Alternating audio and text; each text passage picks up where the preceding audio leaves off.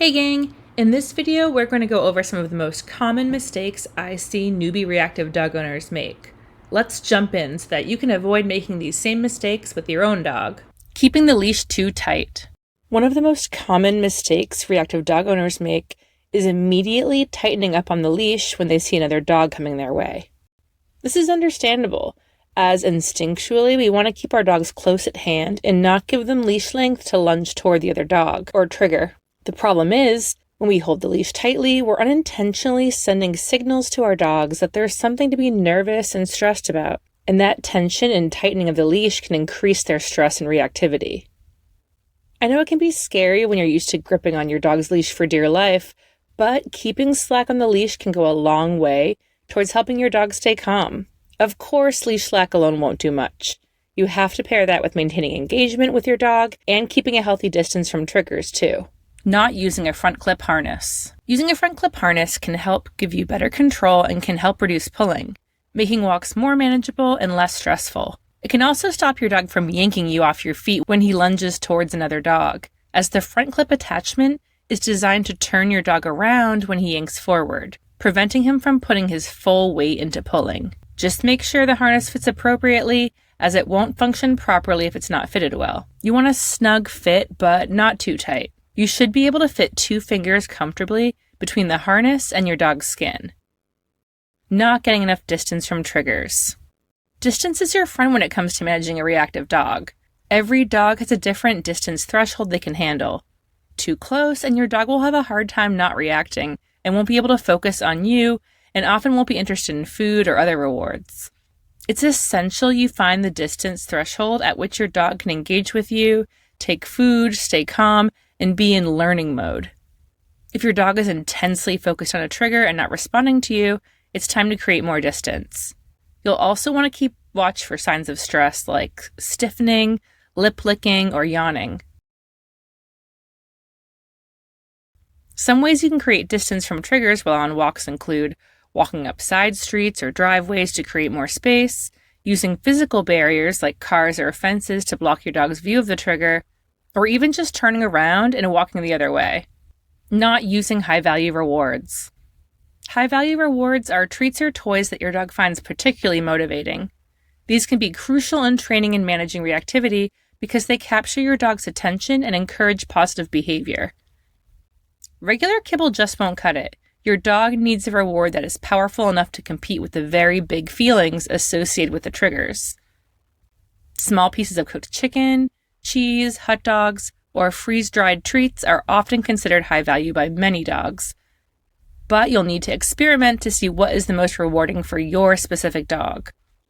Also consider mixing up the types of rewards and treats you're using to keep your dog engaged and interested. Before we continue, I want to remind you to like, subscribe, and click the notification bell so you can stay updated on our latest dog training videos. We do a lot of videos about reactivity and tips for sharing your life with a reactive dog. So if you too are the fellow owner of a spicy boy or girl, subscribe so you don't miss out. Not exercising your dog before the walk. A well-exercised dog is oftentimes a calmer dog. Physical activity helps to burn off excess energy and reduce overall stress, making your dog less likely to react to triggers during a walk. But if your walk is supposed to be your dog's exercise, how can you burn off some of the energy beforehand? Well, a game of fetch, flirt pole, or tug of war can provide some great physical exercise. Mental exercises can help lower stress levels as well, so consider giving your dog a puzzle toy or some other enrichment activity before your walk. Not advocating for your dog and yourself. I know firsthand how awkward it can feel asking people to give you space on walks, but verbally advocating for yourself and your dog is really important. You have to become comfortable with saying no to people when they ask to let their dog say hello or try to approach you. By speaking up, you can prevent unwanted interactions that could escalate your dog's reactivity. It's key to be proactive here. If you see another dog approaching, calmly but firmly let the other owner know that your dog needs space. In fact, I'd encourage you to practice saying some lines out loud to a friend or family member while on walks, just to practice verbalizing those lines so it doesn't feel so weird when you need to use them with a stranger. Try lines like, "Sorry, we can't say hi. We're in training. My dog is in training and needs space. My dog isn't friendly." Or if your requests are being ignored, you can firmly say, "No, my dog bites." Even if your dog doesn't actually bite other dogs, most owners will at least take this line seriously, if nothing else. Do your best to stay calm and polite when interacting with other dog owners, but be firm. You may also want to consider using visual signals like a bright orange leash or vest with "give me space" or "not friendly" warning that indicates your dog needs space. Many other owners will spot these visual cues earlier and may cross the street or avoid you to give you more space without requiring you to say anything at all. Muzzles also work great for this too. When people see a dog with a muzzle, they're usually pretty eager to cross the street and get out of your way. Punishing your dog for reacting. Punishing your dog for reacting can actually make the problem worse. Reactivity is often a result of fear or anxiety, and punishment can increase these feelings, leading to more intense reactions in the future and potentially even more aggressive outbursts at home. Our dogs need us to help them feel safe, not further escalate their stress and discomfort. Instead of punishing, redirect your dog's attention to a more appropriate behavior, such as refocusing on you. If asking for a specific behavior is too hard, even just pairing the trigger with something positive like treats can change your dog's emotional response over time. Using aversive tools without understanding the risks. Similarly, you'll want to avoid using aversive tools like shock collars, prong collars, and choke chains when working with a reactive dog. These tools are designed to deter unwanted behavior through discomfort or pain. While they can be effective in very specific situations, in conjunction with treats and under the supervision of a very skilled professional, there is a lot of room for error with these tools that can make your dog's issues much worse. And even the most skilled balance trainers will not be using tools like this to resolve reactivity because there are often long-term side effects that can make aggression even worse. As we mentioned in the last point about punishment, aversive tools too can escalate your dog's feelings of stress and anxiety associated with triggers.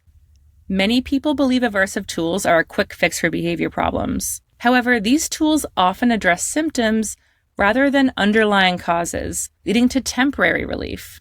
You may be able to stop the dog from enacting the undesired behavior, but you haven't fully addressed the root issue of why the dog is expressing this behavior and the feelings behind that behavior. So even if you are successful using a shock collar to stop a dog from lunging towards strange dogs on walks, you haven't resolved your dog's feelings of fear or discomfort around other dogs. Okay, real quick, I have something I want to share with you all. If, like so many others, you're struggling with a reactive dog, consider grabbing this awesome printable reactivity tracker journal we released. This journal makes it easy to record and track your walks and has spaces where you can record the date of your walk, your dog's triggers, reactive behavior, what actions you took, any notes about the environment, the time of day, and the approximate distance you were at from the trigger. It can be really easy to miss the forest for the trees with reactivity and not see the larger patterns happening with your dog. This tracker will allow you to get a bird's eye view on how your dog is progressing with your reactivity work, as well as notice what's working and what's not working for your dog. We also have pages for weekly reflection on your journey with your reactive dog and monthly reflection. Reactivity progression can be slow moving, and it's easy to miss those small wins that really stack up over time. This journal is designed to help you notice and celebrate the progress you and your dog are making. And this tracker is 100% free for our YouTube subscribers. Just use the link in the video description below and grab your tracker now. Okay, let's get back to the video. Not addressing underlying health issues. You may be surprised how often behavioral issues in dogs can be linked to underlying health issues. Pain or discomfort can significantly influence a dog's behavior, making them more reactive or aggressive. If your dog suddenly becomes more reactive, it's worth considering that they might be in pain or dealing with a medical condition, so make sure to get a vet check immediately. There's also been more studies recently cementing the connection between gut health and anxiety. If your dog has tummy troubles, there's a good chance it might be having a big impact on your dog's stress levels and their reactivity as a result. Consider talking to your vet about switching to a dog food that might work better for your pup, or trying probiotic supplements, and if your dog has allergies, consider trying a limited ingredient diet. Not considering medication. Sometimes, despite our best efforts with training and behavior modification, your dog's reactivity might still be overwhelming or just too difficult to manage. In these cases, it's worth considering medication as a supplement to your training efforts. Medication can have a huge impact on reducing your dog's anxiety, and as a result, making your dog more receptive to training. When our dog's brains are constantly flooded with stress, any training work we do can't stick because our dog is basically stuck in this fight or flight mode. Medication won't necessarily fix your dog's reactivity, stress hormones enough that your training and behavior modification work can actually make some impact. While your vet may be able to recommend some medications, you'll ultimately really want to consult with a veterinary behaviorist. These are the creme de la creme pros and can help medicate your dog appropriately while also developing a comprehensive, personalized behavior modification plan that will work in conjunction with your dog's prescribed medication. Remember, medication isn't a standalone solution. Rather, it's a tool to help your dog manage their anxiety and reactivity better. Combined with consistent training and management, medication can significantly improve your dog's quality of life. Overlooking the importance of mental stimulation. Mental enrichment is just as important as physical exercise, especially when it comes to reducing reactivity. Providing mental enrichment through puzzle toys, interactive feeders, scent work games, and other enrichment activities can help reduce anxiety and prevent behavioral issues. Not going at your dog's pace. Training and exposure should always be done at a pace your dog is comfortable with. Pushing your dog too quickly can lead to setbacks and increased reactivity. Sometimes what we expect to be no big deal for our dogs can be a really huge struggle for them. For a very anxious dog, a short 5 to 10 minute walk in your neighborhood might be all they can handle calmly. Some dogs might only be able to handle going back and forth on a single street in front of your home. It's important to recognize these limits and respect them. If your dog is only comfortable in a small area, just do multiple short walks in that safe space to build confidence. Gradually, over time, you can extend your distance as your dog becomes more confident. Learn to watch your dog's body language for signs of stress so you can better assess how they're feeling about their walks. Progress may be slow, but patience and consistency will lead to long-term success.